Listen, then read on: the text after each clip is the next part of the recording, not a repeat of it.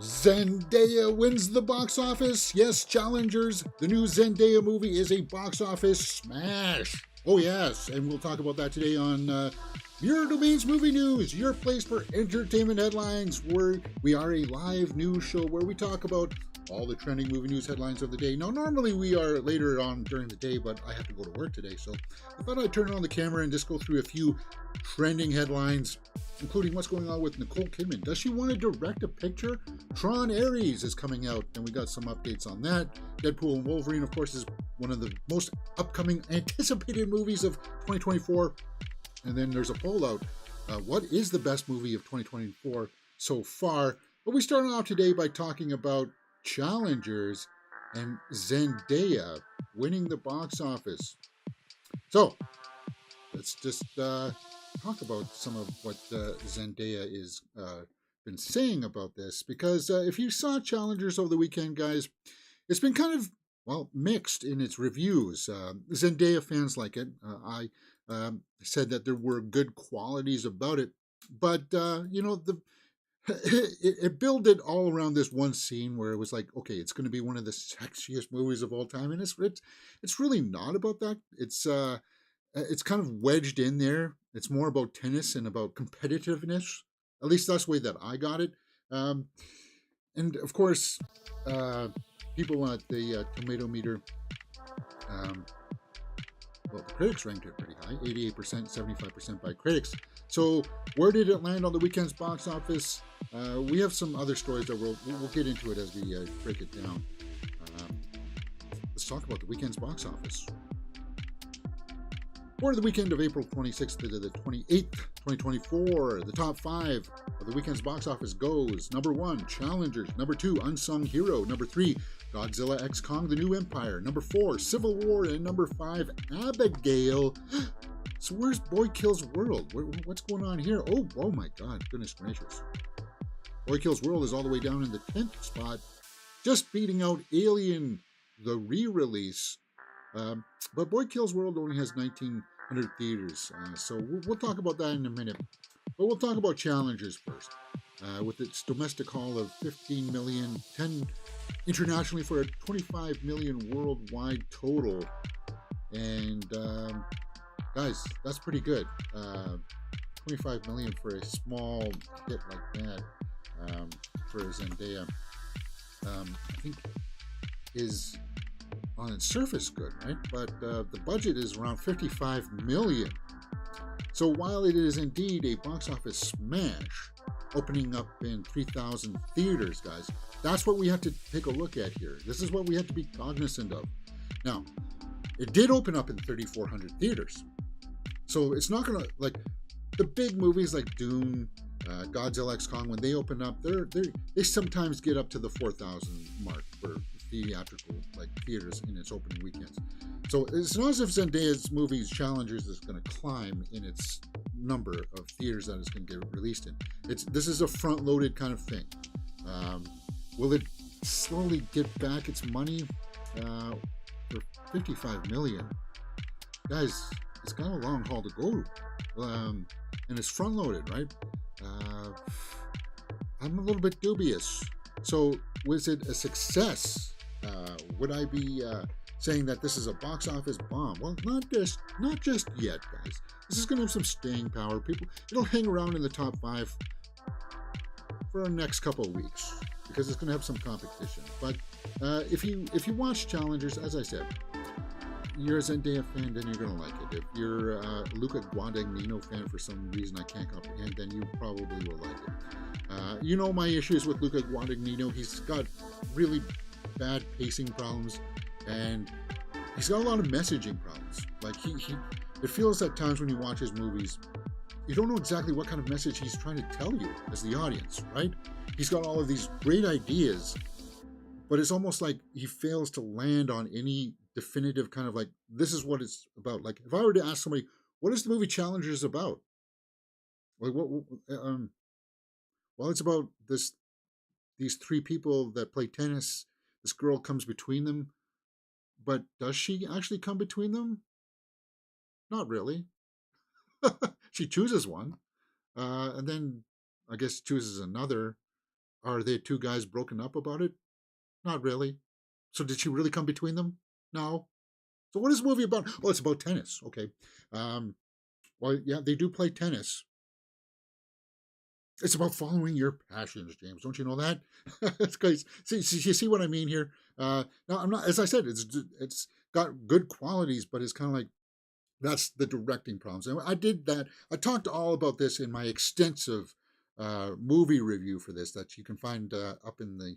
I'll leave a link to that one up in the cards, guys. My full review, because I go over some of the points and flush it out. So uh, there are some other things here I want to talk about challengers, because if you did see it, uh, there's like a Spider-Man nod to it, and I call BS on this because the challengers director dishes about Spider-Man Spider-Verse reference because yeah, they have a kid in the movie, and her kid says, "I want to watch Spider-Verse," and she's like, "Okay, go upstairs and get ready for bed, and I'll come up and join you." So it's kind of like, oh, okay. Um, it's kind of like hard not to notice, right? Uh, Spider Verse reference and PG nod to Call Me by Your Name. I don't know. I didn't watch Call Me by Your Name. I was just like, but by then I thought I was going to be done with Luca Guadagnino and say I don't have to watch this. I don't have to watch this. But and then Bones and All got me curious enough to watch another one of his. And then of course I'm a Zendaya fan, so I watched this one. So what does he say here? Quote, when you get the rights for something to be used in the movie, it's very complicated, Amy Pascal. Our amazing producer was helped there. I said, Amy, can we use one of your catalog titles so it's going to be easier to clear them? Lily's a girl. She's going to choose to watch The Social Network or The Post, but maybe she's going to watch a Spider-Man cartoon. So I said, why not Spider-Verse? Now I realize it sounded like an in-joke, an unconscious guides all of them. But the unconscious guides us all the time. Okay, sorry, but well, because she's in the Spider-Man movies, she doesn't voice anybody in the Spider-Verse, but of course she's yeah. It's kind of hard to say that. Um, well, that wasn't deliberate. So I've seen headlines where he's like trying to. I didn't know that she was in Spider-Man. I said, get out of here with that nonsense. You know that she was in Spider-Man. The other thing I want to talk about was that intimacy kind of thing, about it kind of like having mixed messages. Zendaya says intimacy coordinator was very helpful for challengers. Important that we felt safe. Well, yeah, um, there was a couple like there was the one obvious kissing scene that we seen inside the trailers, but really there wasn't that much intimacy really in it. There was a lot of suggested intimacy, which was fine. Uh, like you're like this, like if you're going into the movie expecting something like Wild Things, how steamy that was.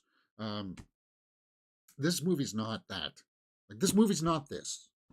Like this happens in one scene where they're just kind of like feeling each other out, where they are at in their focus and determination. How focused are they to the game of tennis? That's why she's there in this scene. She's not there to have a romantic hookup with him yet. She's not. So that's why you get her looking like this in the next shot. It's kind of like, ooh, look what I did kind of thing. Should I use these powers for evil? Which is a good idea. There's some stuff in there that will resonate with some people, but for the most part, guys, challengers winning the box office. Did you go out and see it? Those are just my thoughts. 15 million is about half the way there. It's still got a ways to climb. So, and then this next week it's coming out against Fall Guy, and the most anticipated horror movie of this year called Tarot. No, it's not. Tarot's going to crash and burn, but I'll see it anyway. But I'm looking forward to Fall Guys, so that comes out this weekend, and we'll take a look at that. What's this? Unsung Hero in the second spot. Oh, okay. This is one of those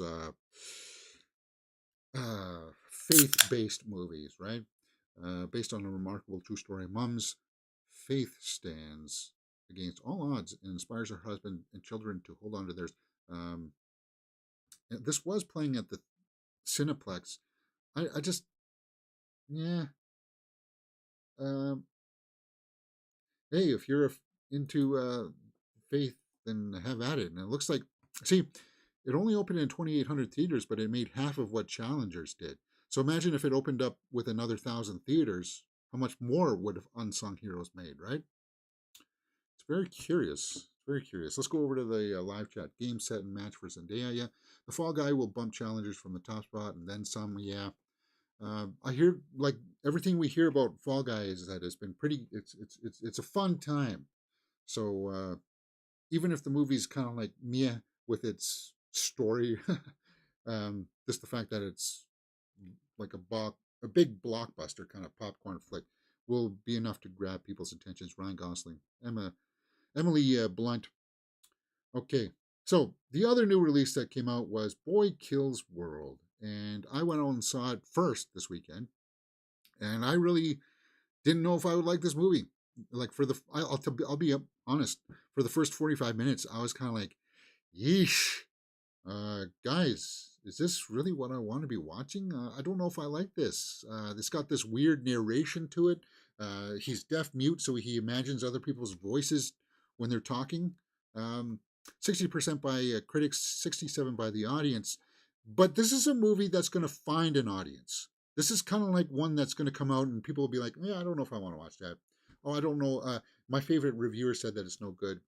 But then when it comes out on streaming, people will be like, oh, wait, you know what?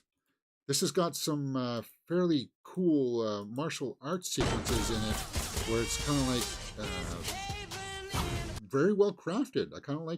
I like what I'm seeing in this. And that's what happens in this movie. This is a movie where, as I said, 45 minutes into it, and I'm like, I don't know if I like this. You know how hard it is to get a serial But then, mass murder.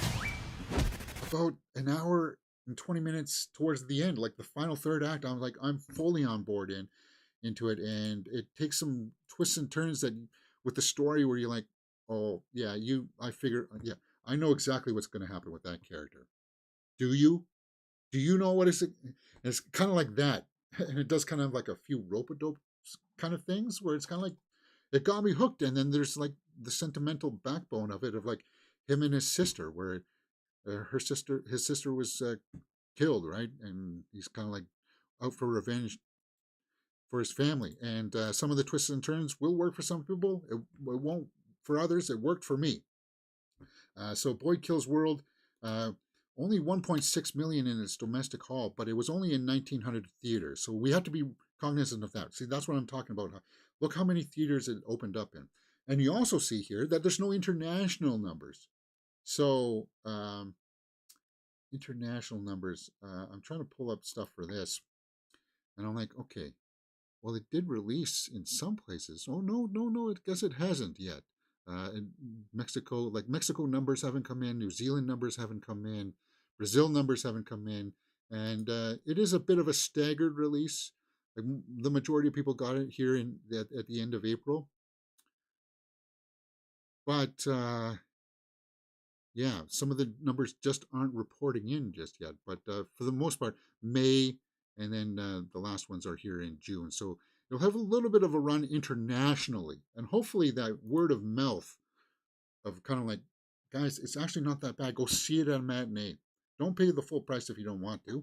But if you want to just go see some kind of small little flick that gives you some kind of joy, fine. And as I said, the narration thing will bug people because it's kind of like, well, why didn't you just use Bill Skarsgård's voice as his narration? Well, he never actually heard his adult voice, and they addressed that in the movie, guys. And as I said, that's the thing that's going to put people off. Now, I had heard, and I see this now that they're reporting this at TIFF, Toronto International Film Festival, that the version that was shown there was Bill Skarsgård's voice. And I think I would have preferred to have seen that version. And if they ever release that version, that's the version that I'll watch. But I understand what they were trying to do with the other voice for the narration, because he played video games, so there was a very video gamey type of voice. But I would prefer to hear the Bill Skarsgård version of it. Just so, like, I want to give you guys, I want to temper your expectations for this. So when you like, it's hard to not address headlines like this and tell you, okay, this is what you should be expecting from this, so that you know going in, it's not going to be like, oh guys, I don't know if, like, yeah, I know I hate this kind of thing. I want you to know that okay, there's some light at the end of that tunnel. Just give it a chance. Let it work a little bit, and maybe you'll come around to it. So, a bit of a disappointment for Boy Kills World. As much as I could find online, I think the budgets I couldn't find anything substantial, but it was over 25 million. So it's not going to be a hit, which kind of sucks because it's going to be on my one of my favorite movies of the year's list. So we'll talk about that in just a minute. Godzilla X Kong. Uh, yeah, let's talk about that quickly. Uh, Crossing the $500 million mark, 519. So that's great for Godzilla X Kong, and it's got praise, right? New box office milestone amid high praise from Hideo Kojima. Uh, so yeah, guys, what I take out of this is that video game creator Hideo Kojima, um, guys, we've had two successful Godzilla movies in the last year. Godzilla minus one is still probably my favorite movie of last year, at least in the top two, right? As I said, did I say it was my number one? But then you got like this kind of this is what you wanted from the 1990s Godzilla kind of thing, right? Where you were hoping that Hollywood would be able to take it and just run with it and give fans what they want with fan service, and that's exactly what Adam Wingard has done with Godzilla X Kong and Godzilla V Kong. 519 million is it's a success, and it's going to have more, which is fine by me because I had fun with Godzilla X Kong, and it is one that yes I would watch again on streaming or whatever when it comes out because it's got like those big monster battles and it deals with the lore of the kaiju's and stuff like that, and I was like pleasantly surprised. Cool, man. So kudos. Civil War ending up in the top four, and Abigail drops down to the fifth spot. Abigail though is slowly picking up steam. I didn't pull this one, but it's going to be hanging in there. It's going to linger in the top 10 for a while. It's going to fight to stay in the top five. I don't think it'll stay in the top five this next week. But my reviews, my straight out of the theater reactions over on TikTok and stuff, has been getting a lot of views, which is good. So 19 million, 28.6 million worldwide. I think this had like a $40 million budget or something like that, though. So it's just a fun movie. It's just um, if you like horror, if you like the tone of like Scream 5 and 6, then you're gonna like Abigail. Because these guys just make witty dialogue and interesting characters that drive the story forward. So if you haven't seen it yet, it's totally worthwhile seeing. Finally, guys, the Alien re-release, 1.5 million on 1,700 theaters. It was out this weekend. I didn't go see it. I like Alien, and I do revisit it maybe every couple of years. Uh, I'm revisiting Phantom Menace, Star Wars Phantom Menace this Saturday though, because that's coming out for its 25th year anniversary. So I'll be seeing it. I do go to see these movies, right? These re-releases. Alien. I'm an Aliens fan. I do like Alien, but it's just kind of like, hey, there's only so much time during the day. But kudos for it for getting it some of its money back. Arglass says Abigail budget 28 million, so it's on track. Okay, good, thanks. Yeah, it wasn't astronomical.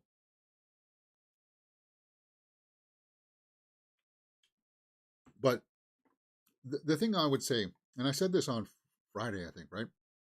You've got an eclectic mix of movies here in the top five. Um, you got kind of like the big art house challengers movie. Then you got the faith-based movie. Then you got the big popcorn blockbuster with Godzilla X Kong. You got the controversial thinking type movie from Civil War, and then you just got like the throw like the fun romp of a horror in Abigail. Very, very different styles of filmmaking across there. Uh, Very original, I would say. Well, except for maybe Godzilla X Kong. That's pretty paint by numbers as far as the formula for blockbusters. Gentlemanly Warfare still not released here in Canada. Kung Fu Panda 4 is dropping. Yep, yep. But it does pose the question: what is the best movie of the year so far? Joe Blow has a poll up on its website. So let's just take a look at what they've got here, and let's submit our vote. What's the best movie of 2024 so far? So they got Dune 2, Civil War, The Beekeeper. Well, I had so much fun with The Beekeeper. Should we do a full live watch along for that one? I am thinking about it, man. I'm thinking about it. So, yeah, I'm sure they got a lot here posted. What was your guys' favorite? What would you vote for? Would you vote for Godzilla X Kong, The New Empire? Bob Marley was good. Roadhouse, and Imaginary Night Swim. So they've pretty much put out everything, guys. I'll tell you, Love Lies Bleeding is still up there for me. Rebel Moon, get Rebel Moon out of here. What are you doing? Okay, so Doom Part 2 is yeah. So far, nothing has eclipsed that, and I don't see anything on the horizon for upcoming movies that's going to eclipse it. Um, Maybe later on, like Joker Folie Doom might, um, or some other smaller film that just hasn't generated enough buzz yet, or something that I'm forgetting. But Doom Part 2 will be my list. So let's vote and see where it comes up on the list. Doom Part 2, yeah. 41%, 708 votes. Ghostbusters Frozen Empire's in the second one. Really? Okay, now you kind of have to call a little bit of BS on this one. Argyle is the third one.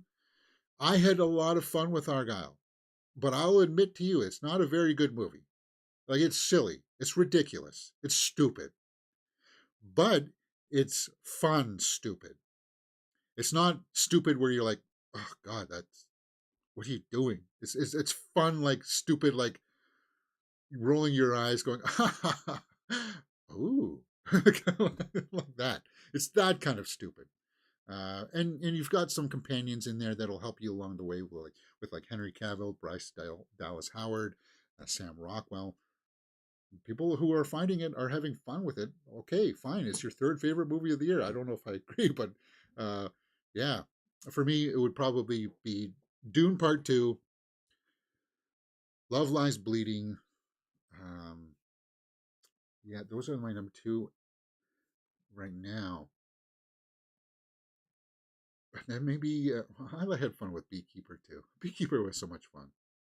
What was better, Beekeeper or Boy Kills World? Boy Kills World has more depth of character. Beekeeper's just a straightforward cardboard action flick. They're fun in different ways. So Beekeeper, Argyle, different types of fun. Maybe I should do a video about that. Different types of fun movies. Yeah, I'm gonna write that down. So I'll make a nice little short, right? Beekeeper, and it'll help me articulate what I'm talking about here. Types of fun. Yeah, interesting. Other. So somebody said other, like other types of movies. Late Night with the Devil. I was this close to coming to watch it this weekend, but my copy, I guess, didn't work. So I will be. What was that? I will be trying to get a hold of Late Night with the Devil at some point here, because it is getting one of those kind of like that underground surge of, guys, you got to check out this movie, Late Night with the Devil kind of talk, right? Um, and I know it was there. I didn't get out to see it. Godzilla X Kong, Ministry of Ungentlemanly Warfare. Really, Roadhouse is up there. Now that one I call a little bit BS. Like Madame Web was tarred and feathered, but it's only 21 votes. Monkey Man, really, Rebel Moon, Love Lies, like, see, I would give Love Lies Bleeding more. Lisa Frankenstein, Arthur the King, Boy Kills World. Yeah, so these ones barely rank. Bob Marley only got none. Huh. Really? It's still an early poll, guys. What did you guys think about that? Let me know in the comments. Arglass says, I preferred Monkey Man over Dune, surprisingly, possibly due to pace and grittier action. Well, then you're gonna like Boy Kills World. Yeah,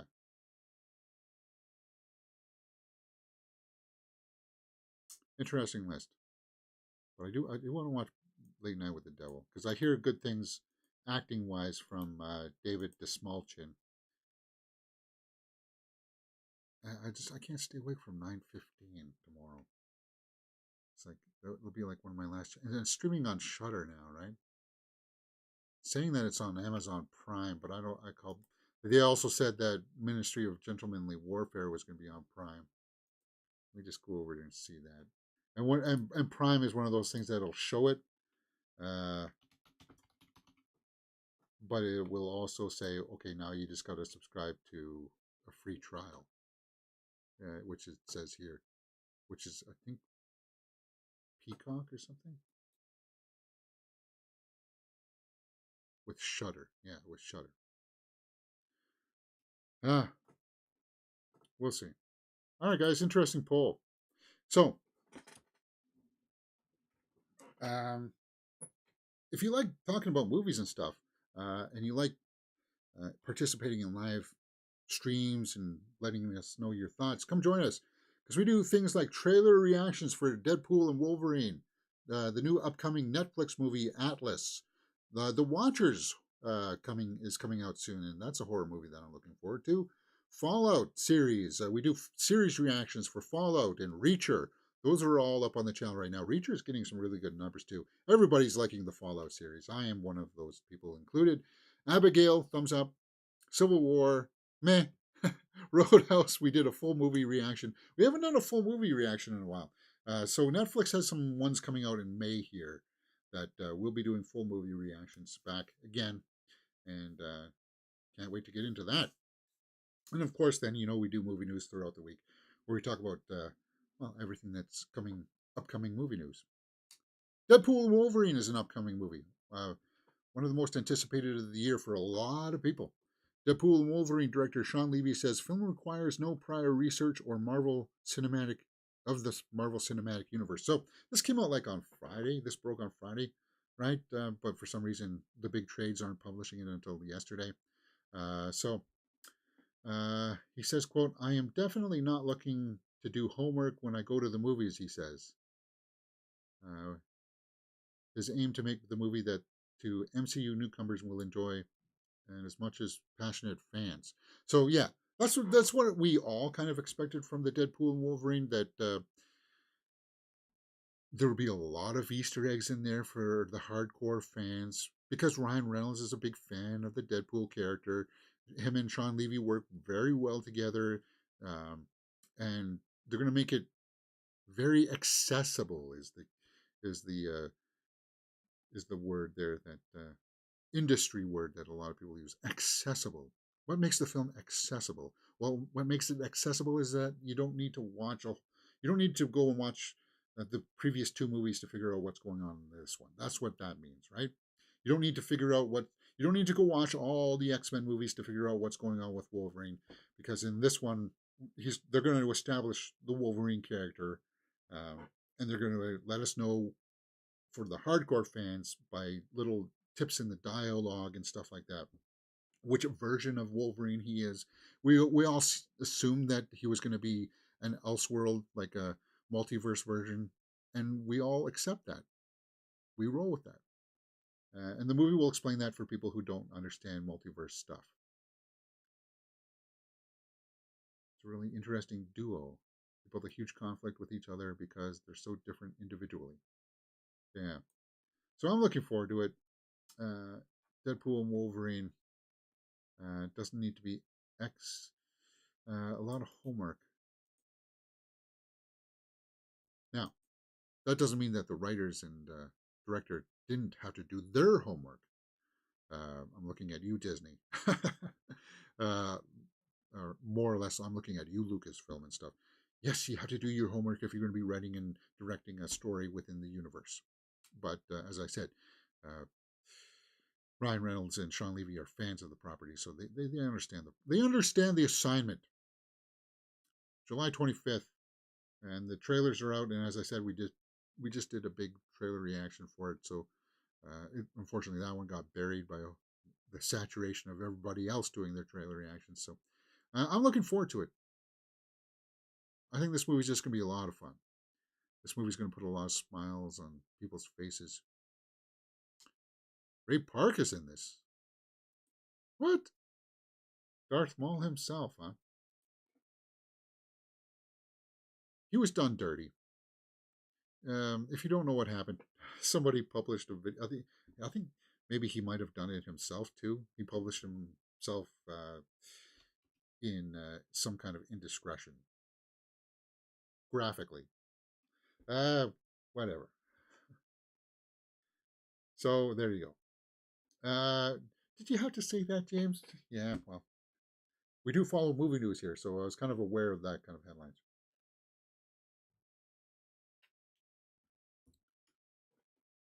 Okay. Tron Ares. Tron 3. Tron 3 star teases the visual wonder of the sequel. Quote, going to really push forward what can be done. Cool. Cameron Monaghan is going to be in Tron Ares, and that's a big thumbs up in my book, guys. You know what? If there's going to be another version of the Joker on the big screen, that's my guy, because he can do it. We've seen him in Gotham. And in Gotham, he wasn't technically the Joker because they didn't have the license to use it. They danced around it, but he played into it so well. Guys, he's like, for me, he's one of the untapped resources, right? Well, he's not untapped, but he's one of the under the radar actors right now.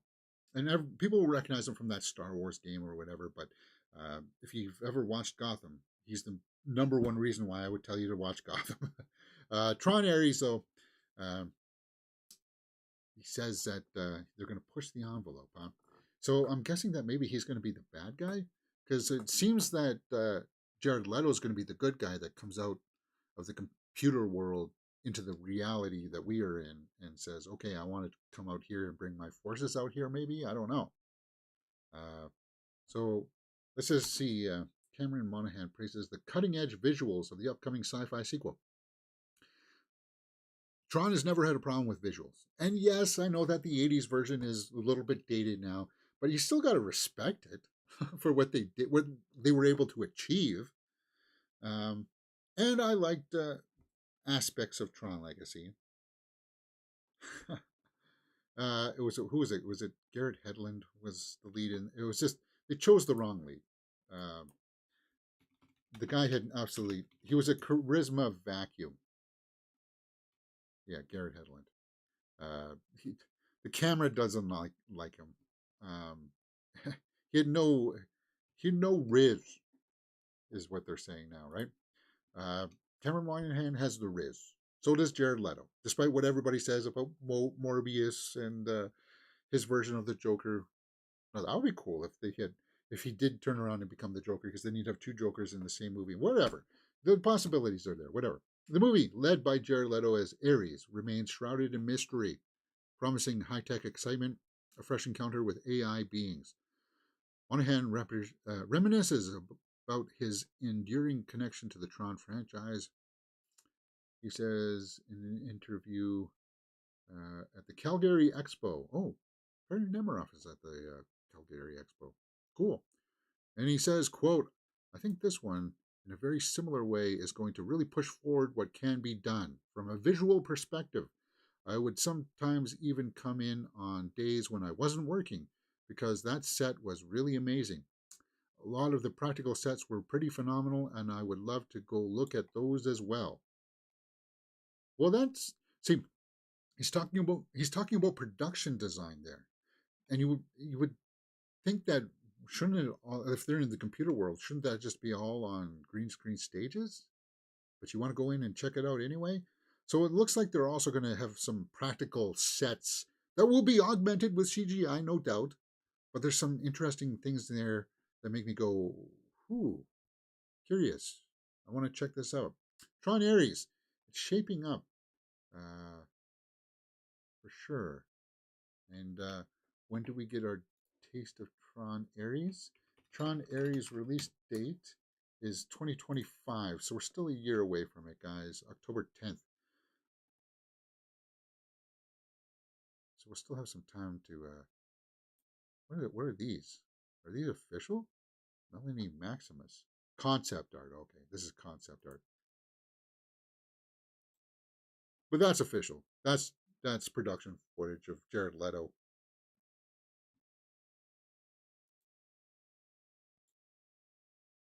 Yeah, we've seen that. Tron 3. Cameron Monaghan. Evan Peters. Quicksilver. Gillian Anderson. Greta Lee. Huh? Jodie Turner-Smith. Interesting cast. The only one that was kind of missing is Cillian Murphy, because he was one of the board executives of the board in the second movie, right? And when they were trying to get Tron 3 off the ground, it would have carried on with Cillian Murphy's character as taking over to like the leadership of the board and stuff. So it's kind of weird. I don't know what's happening with that storyline. We'll see. Curious stuff. What do you guys think about Tron Ares? Are you looking forward to it? Just another quick little update. All right, guys. I don't have a whole lot of time this morning, but we've got about 20 minutes left or so. It's not going to be the full hour show. Let's talk about Nicole Kidman. Nicole Kidman says despite producing success, she doesn't want to direct. Quote, I would be a terrible director. Well, you don't have to. You don't, not all actors have this bug in them that says, oh, this itch. I really want to try directing as well. At the AFI Life Achievement Tribute, Kidman explained why producing is a better fit. Yeah, she's been producing some stuff. A director has to make choices, and that's not my strong suit. Yeah, and sometimes it's definitive choices. Sometimes you got to lay down the hammer. Get down from that ladder and set up the shot. Like that kind of thing, right? And some people just don't have that in them. Because you have to be curt sometimes to drive the machine, right? Not abusive, but curt, and that's not in some people. Nicole Kidman is going to go in the history books as one of the best actresses of our generation for sure. So, an AFI Lifetime Achievement Award. Kudos. Yeah. Saturday night this happened. So her interests are, quote, I'm very good at being passionate and supporting the voices and reading a script and going, I love this script. Or seeing somebody and going, I love this actor. I love this director. How do I support them? And they maybe have done nothing before, but I want to get behind them. That's what I love doing. It excites me and it really makes me happy. I love shining the light on people or helping to do that. Well, let's see. Now that's class act. Nicole Kidman. She's definitely in my top 20 favorite actresses, probably top 15, fighting to get in the top 10 for sure. There's just so many great projects that she was in, and I liked her in Kubrick's last film. Her performance in that, Eyes Wide Shut, that usually gets poo-pooed all over. I thought she did a really good. She outshined Tom Cruise in that movie, for me at least. But she's great, and she's got a lot of versatility from horror movies like The Others to big blockbusters like Aquaman. Nicole Kidman, thumbs up. Doesn't want to direct, but will produce. Cool stuff, man. Taylor Swift. Oh my goodness gracious. Taylor Swift reacts to Tortured Poets debuting 2.6 million units, feeling completely overwhelmed. Well, you shouldn't be. And I hear this pushback on the album that it's people are ragging on it, saying that it's not very good. I don't like it. It's just same with. No, it's not really. It's got some really good songs on it, and I'm glad that I bought the limited edition black version of it on vinyl. So She's overwhelmed. She's humble. She says, quote, "My mind is blown." She took to her Instagram. "I'm completely floored by the love you've shown this album," close quote. So it's debuted at number one. Yeah, um, it's a big hit. Thank you for listening and streaming and welcoming the tortured poets. Whoops, the tortured poets into your life. Feeling completely overwhelmed. What's going on with my mouse here? Why is it pushing it up? Do I need a new mouse? Post Malone. So yeah, she's humble. That's why I like her as an artist. She doesn't have that big head. No, she may behind the scenes have a big head or whatever, but she doesn't reflect that when she's out in public, or at least from what I've seen. Yeah, there's a few scenes, a few times where she comes out of some place and it's like, I just want to go to my car, guys, and that kind of stuff. I just I cut them breaks. But when she's out performing and stuff, and she's coming on and off the stage, and she waves to people and stuff like that, that's all cool stuff. And I'll keep my eyes open for her movie project that's coming out. She is going to be directing her own movie soon. Talking about directing, she like, if you haven't listened to the album yet, guys, let me just grab. Um, this is my black. I just put a big thumb mark across the top. Um, so this is like the limited edition black one, right? Um, it's beautiful. It's an awesome thing, and a lot of the stories are like storytelling stories. So it's like she's got these small little scenarios that she plays out lyrically, and the music fits with what she's trying to say and stuff. So she understands crafting stories, and I'm really excited to see what she can do by storytelling behind the camera. Just having a small little thing, like she made that short movie, right, with Sadie Sink, and was it Dylan O'Brien? So she's gotten her feet wet. She's acted in front of the camera with some of the big directors. So I'm looking forward to what she can do.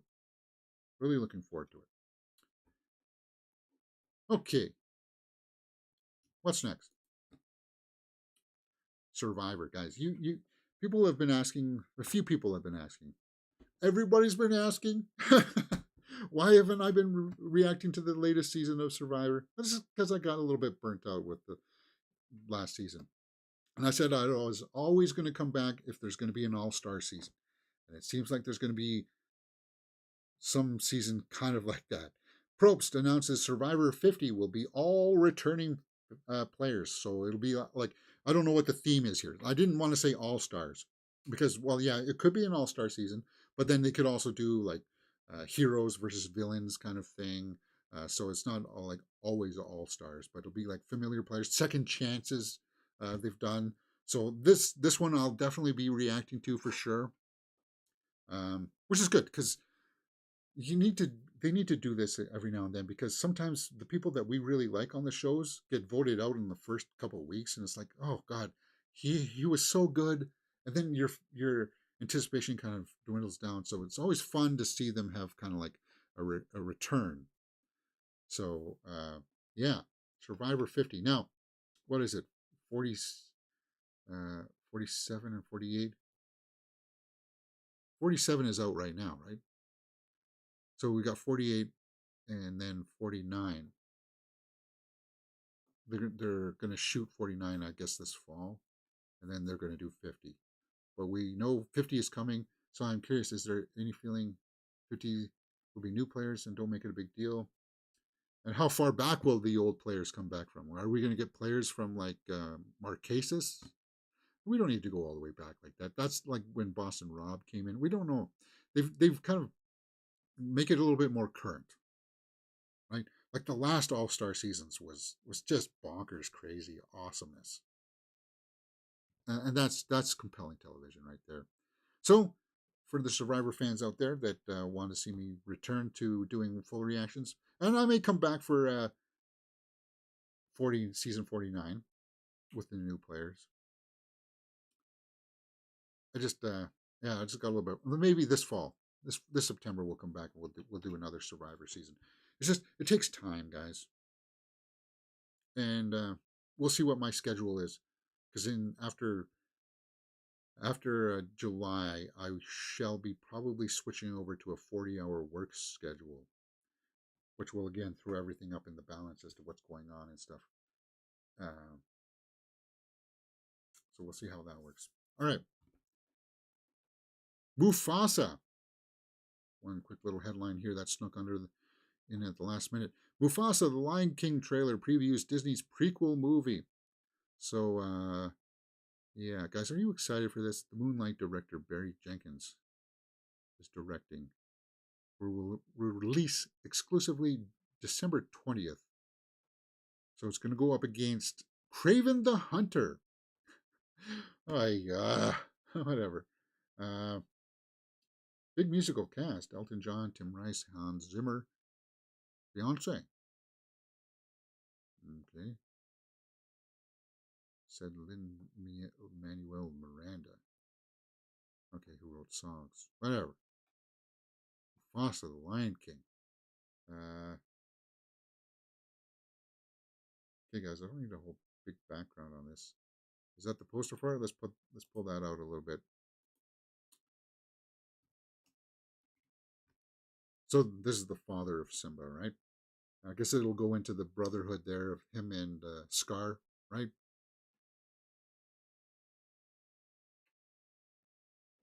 Maybe lead to why Scar doesn't like him. It says orphan here, outsider and king. So I'm guessing that he'll be an orphan that gets adopted into the royal family of lions, and Scar should have been the one to take over, and that's why they'll be at odds with each other. I don't know. I'm not really into it. But new poster.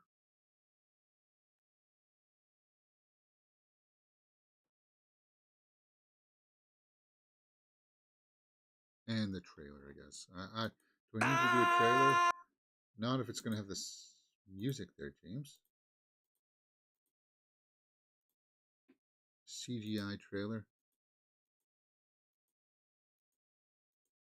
Oh, that's some really... Yeah, so that's Scar, right? I mean, there is the premise there of them like fighting and jousting for power there. That could be interesting. That was Timon, right? And Pumbaa or whatever. Like, that looks visually impressive. I don't know. Mufasa. Is there any buzz for this? Any buzz for Mufasa? Yeah. Okay. Guys, that's all I have in the can today. We are earlier, so like a lot of the big headlines just haven't come out yet. And I just wanted to try to get out some show. I got to eat and then head out to work. So we'll quickly round out the show here by taking a look at any Twitter updates. Maybe we did miss something. Maybe something's breaking. Challengers, what they learned from it. Beyonce and Mufasa. So yeah, as I said, this last headline this one just came out, right? The trailer and the poster for Mufasa. The Idea of You, Anne Hathaway. Prime Video, May 2nd. I have to have any clothes. Some Fruit of the Loom. Did we see? I remember the trailer for that one. She's like the massage therapist for him or something, right? The Idea of You. Horde.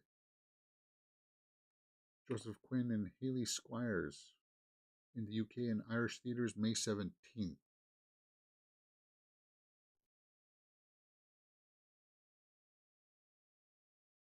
The Importance of Being Earnest. Lily Gladstone joins 2024 Cannes Film Festival competition jury alongside Greta Gerwig. Cool. Rank these projects directed by Luca Guadagnino. Oh, God, Jesus. Well, I'll tell you this. Challengers is his best because it's not one where I immediately went, ugh. And then I guess I would say bones and all because of the subject matter. Because at least then I had a little bit of, well, at least it's about cannibals eating each other. uh, yeah, but the rest, Suspiria, yeah, nah, we're not playing that game. New look at Interview with the Vampire season 2. This one I had questions about because won't it eventually turn into the rest of the series of the books? Like you'll be getting into the Marius story, which is the story that I have more interest in. I was like Interview with the Vampire was more about Louis, right? And I'm more curious about Lestat and his storyline, which is the better storyline, and his relationship with Marius, how he resented him and how they were not like they hated each. That looks terrible. What the heck is that? Is that the way that their fangs look in the series? Oi, oi! And then Lestat's lust for like power and stuff like that, and fame getting out of hand. That's the angle that I liked about it all. And then of course when he wakes up the Queen of the Damned, that's no good, right? uh, Degenerate, that guy has been hospitalized. Well, no love lost there. Sorry to be cruel, but it is what it is. Jonathan Bailey, Nicole Kidman, shiny dress. And she's aged gracefully. She hasn't someone. I'm sure she's probably had work done, but it's not like one of those ones where it's like her face has started to look different. I'm looking at you, Emily Blunt, which kind of sucks.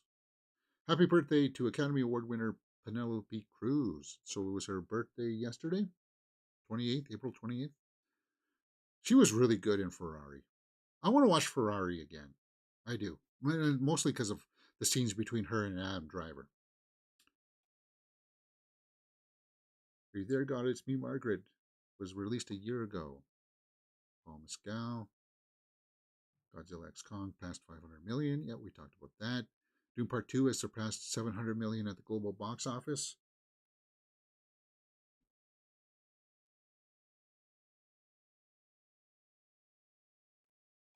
Challenger's debut.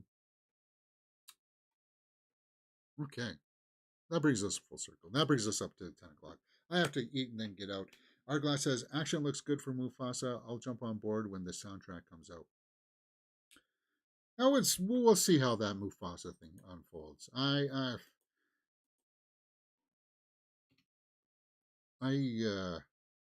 tried watching the CG Lion King version, but I was like, well, 30 minutes into it, I was like, what's the point in this, right?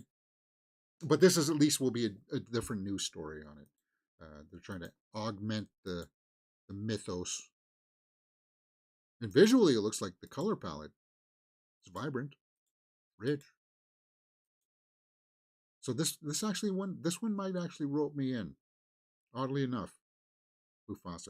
All right, guys, that's it for me today. Let me know what you thought about some of the headlines in the comments below, and we will talk about it. And I do have some good ideas for some shorts that I may publish later on today. And if not, we'll get to it tomorrow. If not, join us tomorrow. We'll be here for the 10:30 slot.